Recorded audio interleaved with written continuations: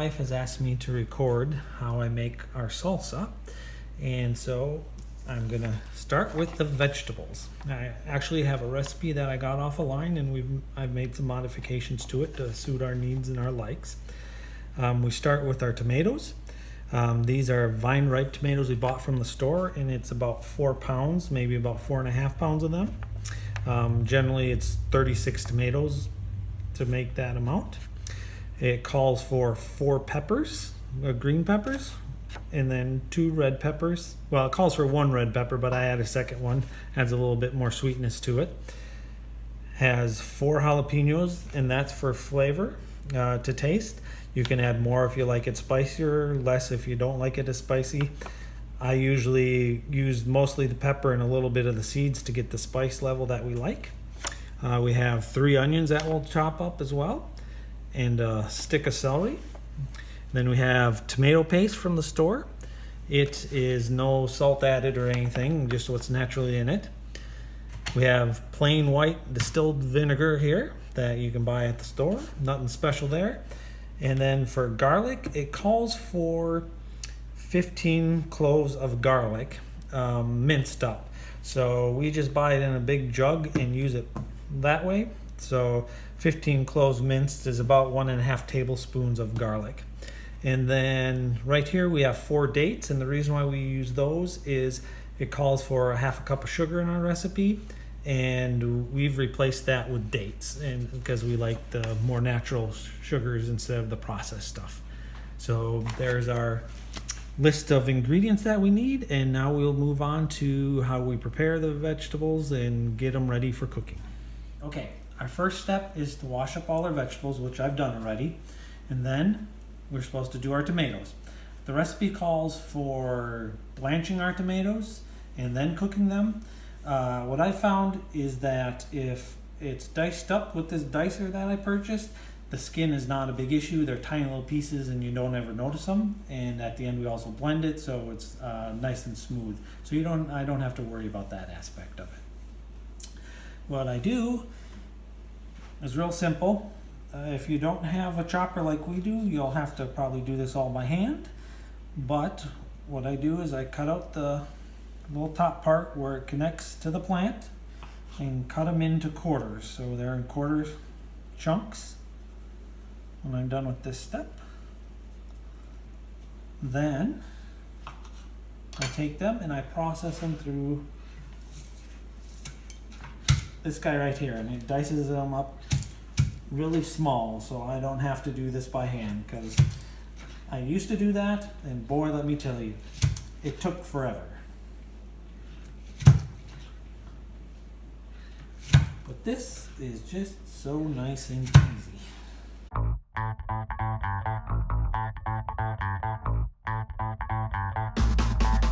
And all right, now that is our last piece. So that's all chopped up.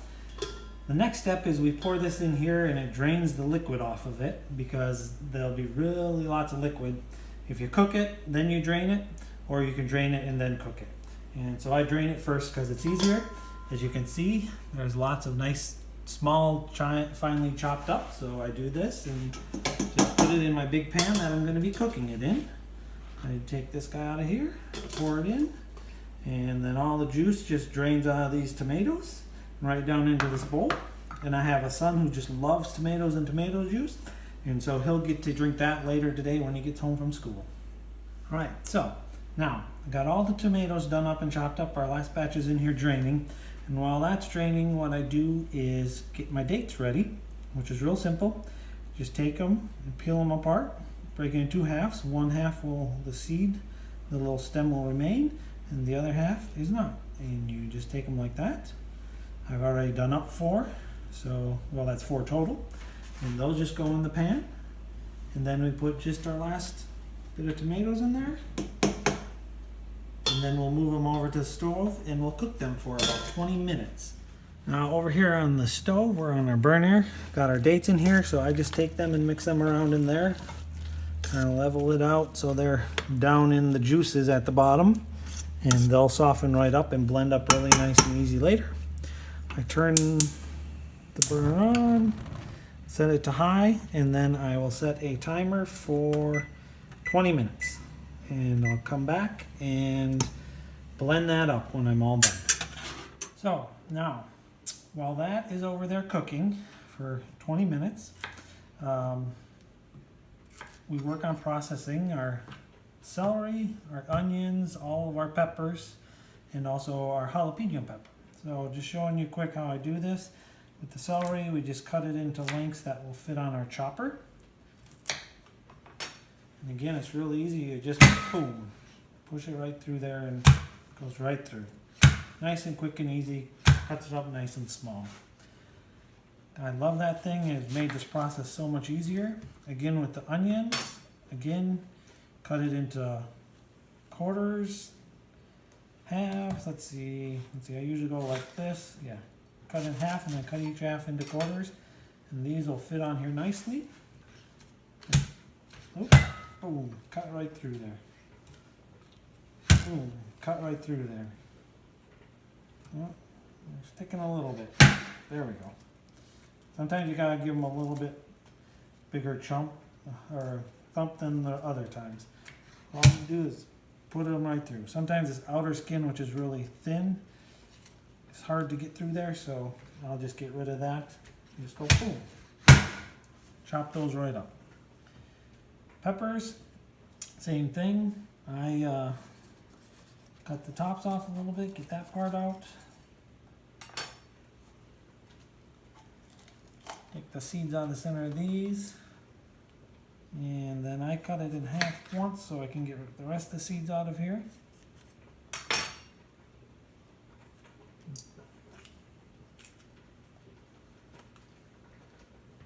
And then I'll cut it again into my quarters so that it'll fit through my chopper. Boom, just like that. This is awesome for cutting these things up nice and small. Perfect size for salsa. As you can see, it's a wonderful size. So I'll go through and I'll process all of our onions and all of our peppers, and then I'll be back to show you what I do with the jalapenos. So all right, we got all our onions and our red and bell peppers chopped up already nice and small. At this point, I also put the garlic in.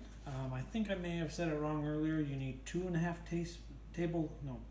tablespoons of garlic. So this is a half tablespoon, so I need 5 of these to put in here. I just put it right in here,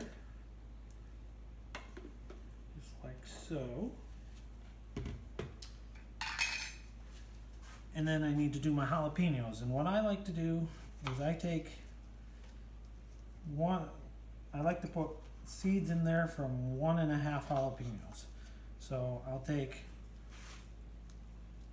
the seeds out of 2 and 1/2 of the jalapenos, because the seeds are the real spicy part. That's where the capsicum comes from, apparently. And I will just chop those up. So I cut the top off. You saw me take the seeds out of this one on 1/2 of it. Already got 2 of them chopped up. And then this one here, I'll just cut in half. And then I just put it in here and chop them just like the other peppers and onions. As so. And then those can go right in here. And of course, as you can see, I have my gloves on because jalapenos, you can get that on your fingers, and if you accidentally rub your eyes with it, it burns. And then I will also put my tomato paste in here, just so that later, when I put it in the pan over there, I have everything together in one bowl and I can just dump it all in, and it's ready to go. Except for the vinegar. And we'll do that separate. Seeing that's a liquid, we'll measure that separate.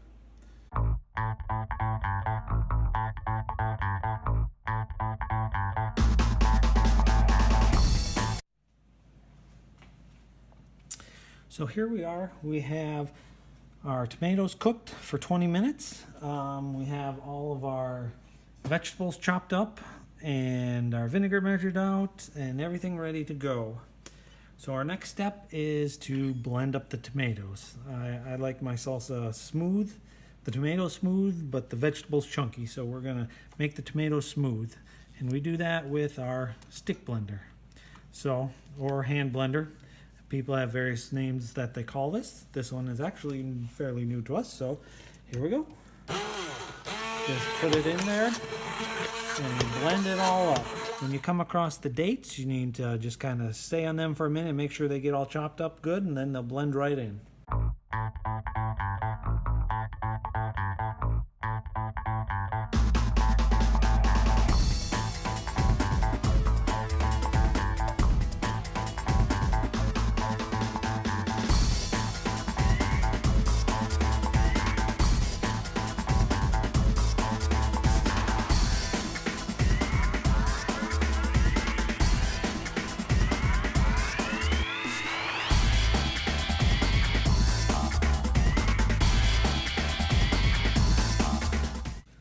And there you have it, nice and smooth and ready to add some chunks. At this point, it's real easy. We have all our stuff ready to go. So we just add our vinegar right there. And then we take our big bowl of vegetables that are all chopped up and dump them in here very carefully so we don't make a mess. Otherwise, it'll just splash all over the place, which I've definitely done before. And get outside of your pot and just a big mess all over the stove you have to clean up. So, scrape it down good, get all those yummy onions and peppers and some garlic. Get it all scraped down and put into our pot. Now I know there's lots of other things you could add to this. I have not in the past. Some of the things I think about adding that maybe in the future I will try is using some lime juice instead of vinegar, so it gives a limey flavor. Adding cilantro I think would be really good to this. What else? You could add some corn to it to give it a really sweet flavor. But at this point, I've not tried it. Like some of it, like my wife doesn't like cilantro, so I've chosen to leave that out, so she'll enjoy it as well. And I guess the lime stuff, I just haven't gotten there. It's something I just thought of the other day. It sounded good. So now what we do is we mix all these yummy vegetables in. Get them all in there, mixed around, and then we simmer it for like 1 hour. So we'll turn on the heat, get it up to simmering, and let it simmer for an hour. And at that point, we'll turn it off and it will be salsa. So I will let this sit and simmer for a little while. And when it's all done, I will come back and I can show you what it looks like after I get this all mixed up.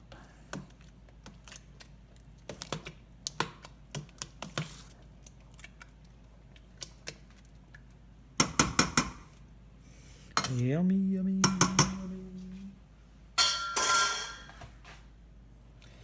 So, all right, it's been 1 hour of simmering. And as you can see, it kind of looks like it separated out a little bit, the liquids on top. But if you mix it up, get all that nice and beautiful bottom stuff in there. It looks wonderful if we do that. So, I've been mixing this, I don't know, every 10-15 minutes over the last hour, so it doesn't burn and scorch on the bottom of the pan. And there you are, nice and yummy salsa. So at this point, you can do what you would like with it. It's finished. What I usually do is I let it cool down, and then I put it in some bags in the freezer, divide it up so they fit into a 2-quart canning jar, because that's about the size we like to have. You could do a 1 quart if you wanted to, or whatever size. And so then I just take it out when my jar is empty, get a new one out of the freezer, and put it in the jar that I'm using. As far as canning it goes, the recipe I used, it was a canning recipe, but I've modified the amount of vinegar and the salt in it. Obviously didn't add any salt at all, and there's less vinegar, so I'm not sure how well that cans then. So I would not recommend that. If you're a person that does your own canning and you know something about that, maybe you can know for sure if you would be able to do it. But personally, I do not can it because I don't know if it's safe and all. I'd imagine it is. There's a lot of, tomatoes and stuff in there, so there's a lot of acid, but yeah, I don't know. So that's my recipe. That's how it's done. You guys can make it. I hope you do. Enjoy it. See if it's yummy. Bye-bye.